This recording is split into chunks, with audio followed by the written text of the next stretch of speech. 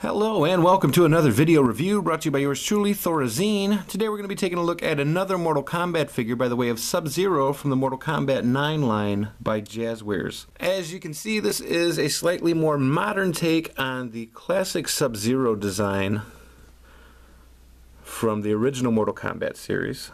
One thing I do like about this figure are all the added details, especially the molding details, as you can see here through the arms, as well as the bands here in the lower arms,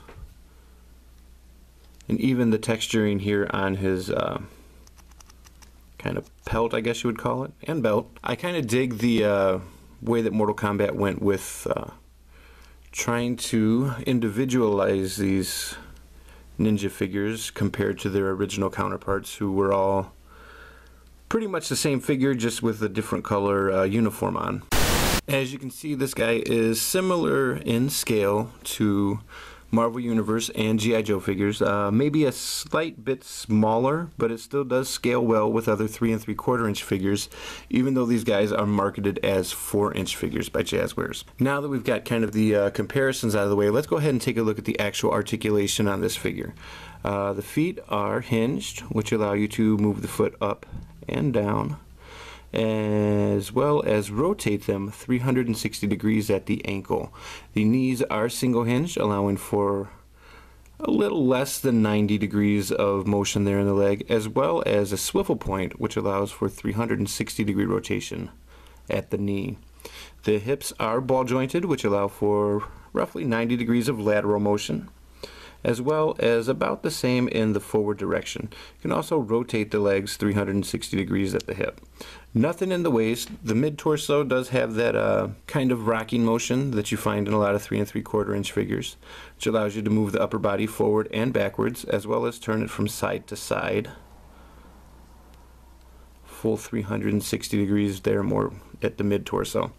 The hand is attached with the typical peg and hole assembly, which allows for 360 degree rotation at the wrist. The elbow is single hinged, allowing for a little less than 90 degrees of forward motion there in the arm, as well as 360 degree rotation at the elbow. The shoulders are ball hinged, which allow for roughly 90 degrees of lateral motion, as well as 360 degree rotation at the shoulder. The head is attached with the typical ball joint, which allows you to tilt the head up and down, actually quite a bit on this figure, as well as cock it slightly off to the side for more expressive posing. You do get the typical side-to-side motion, full 360 degrees of rotation there at the neck. All in all, not a bad figure. A huge improvement over the classic version. But there is also the issue of the slightly rubbery plastic they use and some loose joints on this figure. Again, Jazewares not shining on the quality portion of their figures, although the Mortal Kombat 9 figures have been a huge improvement over the classic line.